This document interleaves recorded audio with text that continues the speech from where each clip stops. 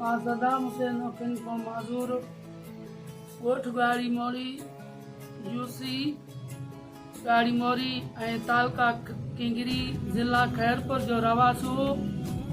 हिन वक़्तु मुंहिंजी बरसात सबबु मुंहिंजे कमरे जूं भितियूं किरी पयूं आहिनि ऐं ॿोॾि जो पाणी ऐं बरसात जो पाणी हिन वक़्तु ताणी भितियुनि ताणी पाणी आहे। जीअं त असां जूं ॿ भेनर बि माज़ूर आहिनि, मां बि माज़ूर आहियां। यूसीअ जी इंतज़ामिया का बि न इंतज़ामिया मुड़े का बि लड़ी कोन आई आहे। राशन बि विराइनि था राति 12 बजे ऐं असां खां कापियूं वठी विया बि कुझु कोन थियो। मनपसंद माण्हुनि जूं सर्वेयूं थियनि थियूं, मनपसंद माण्हुनि खे राशन ॾिनो वञे थो। असांजे ॻोठ खे नज़र अंदाज़ कयो वियो आहे हिकिड़े क़िस्म जो। हिन वक़्त ताणी कुझु बि कोन थियो आहे। मुंहिंजो मुतालबो इहो आहे त कमिश्नर साहब ऐं DC खैरपुर ऐं आला अख़्तार चीफ जस्टिस साहब ऐं पाक आर्मी खे मुंहिंजी अपील आहे त मुंहिंजी जानी माली मदद कई वञे, छो त असां हक़दार आहियूं, पंहिंजो हक़ था गवर्नमेंट खां वठूं ऐं असांजे जेके माण्हू लड़ी आहियूं हिकु थी विया।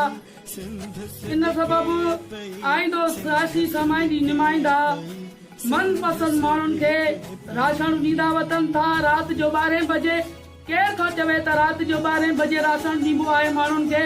ही पंहिंजी खुशामद ते ऐं क़ौम परसती करे माण्हुनि खे राशन ॾिनो वञे थो, ॿियो विकामियो वञे थो। मां खुलम खुला चवां थो मीडिया ते, ही पाण में सभु ॿधल आहिनि। जेके बि ॻोठ जा वॾेरा सरमाएदार आहिनि उहे पाण में ॿधियल आहिनि, मिलियल आहिनि ऐं पाण में जेके बि चङा मुड़ुस आहिनि भोतार पाण खे सम्झनि था उहे पाण में ॿधियल आहिनि।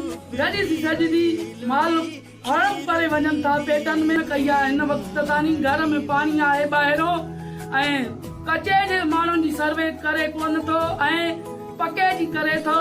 पके वारनि में असां न आहियूं छा, पको कचो हिकु थी वियो आहे।